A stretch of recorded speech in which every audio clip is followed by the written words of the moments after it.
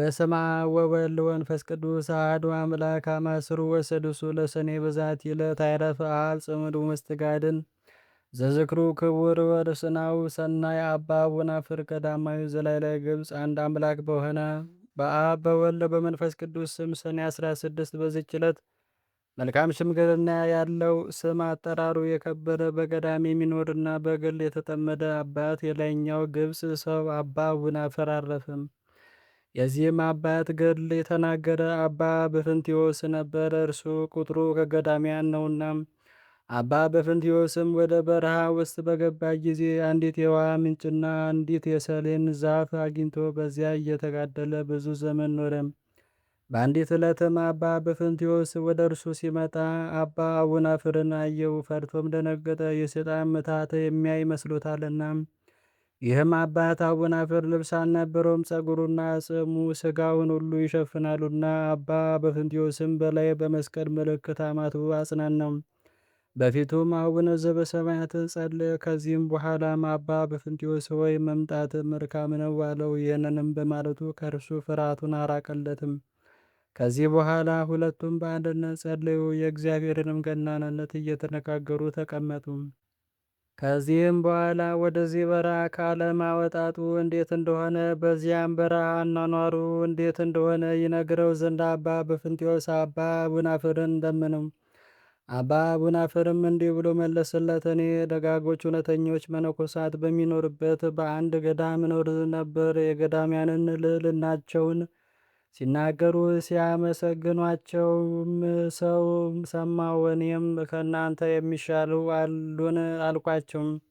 እነርሱም አዎን፣ እነርሱ በበረሃ የሚኖሩ በእግዚአብሔር ዘንድ የከበሩ ናቸው። እኛ እያለም የቀረብን ስለሆን ብንተክዝና ብናዝን የሚያረጋጋን እናገኛለን። ብንታመምም የሚጠይቀንና የፈለግነውን ሁሉ እናገኛለን። በበረሃ የሚኖሩ ግን ከዚህ ሁሉ የራቁ ናቸው አሉኝ። ይህንንም ነገር በሰማሁ ጊዜ ልቤ እንደ እሳት ነደደ። መንፈቀ ሌሊትም በሆነ ጊዜ የፈቀደውን ይመራኝ ዘንድ ወደ ክብር ባለቤት ጌታችን ተነስቼ ጸለይኩ። ትንሽ እንጀራም ይዤ ተጓዝኩ። አንድ ጻድቅ ሰውም አግኝቼ የገዳሚያንን ገድላቸውና ኑራቸውን እያስተማረኝ በእርሱ ዘንድ ኖርኩ። ከዚህ በኋላ ወደዚህ ደረስኩ። እግዚአብሔርም ያዘጋጀልኝን ይህችን ሰሌን አገኘኋት። በየዓመቱም 12 ዘለላ ታፈራለች። ለየወሩም የምመገበውን አንዱ ዘለላ ይበቃኛል። ውሃም ከዚች ምንጭ እጠጣለሁ። በዚችም በረሃ እስከ ዛሬ 60 ዓመት ኖርኩ።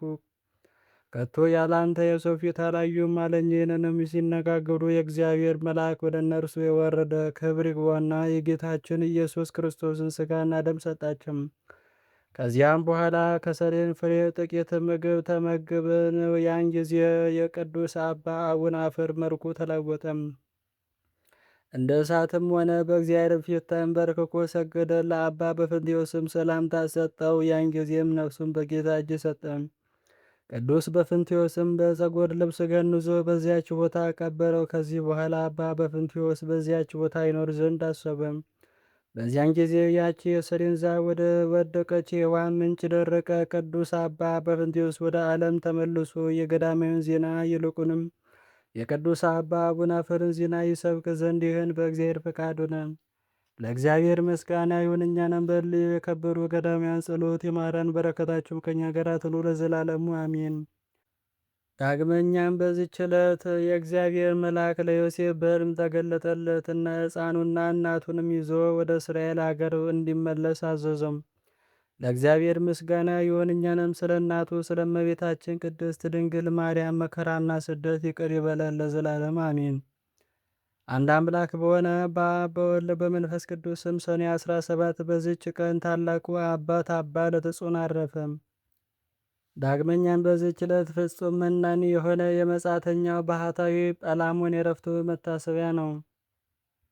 ዳግመኛም በዚህች ቀን የመደራው የብፁዕ አባ ገሪማ መታሰቢያ ሆነ። ዳግመኛም በዚህች ዕለት የሰማዕታት የነአኮራን፣ የበርተሎሜዎስ፣ የእስክንድሪያ፣ የእስክንድሮስ፣ የዮሴፍና የጻድቂቱ አርሴማ መታሰቢያቸው ነው። አእላፍ ቅዱሳንን አዘክሬ ምስጋናን አቀረብኩልህ። ቅዱሳንም ዘውትር አንተን ያገለግሉ ናቸው። በድነት የማነብልን መጽሐፍ ምስጋና ተቀበል።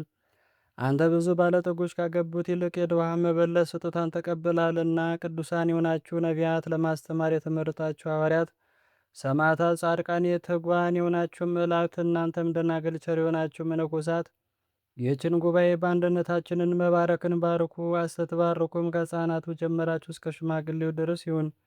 በብርሃንና በወረቀት የጻፈውን ሊያስደርስ በገንዘብ ዋሽቶ ያጻፈውን አምኖ ያነበበውን ወደ ሌላ ልሳን የተረጎመውንም በዝነ ልቦና አምኖ የሰማውን ከጠብ ከክርክር ከመከራ ከችግር በምትሰውር በእናቱ በማርያም ጸሎት ኢየሱስ ክርስቶስ ሁላችን አንድ ላይ ማረን። ቅዱስ መንፈሱንም ይላክልን ከዛሬ ጀምሮ ለዘላለሙ ዳግመኛ እስኪመጣ ድረስ አሜን። ወስብሐት ለእግዚአብሔር።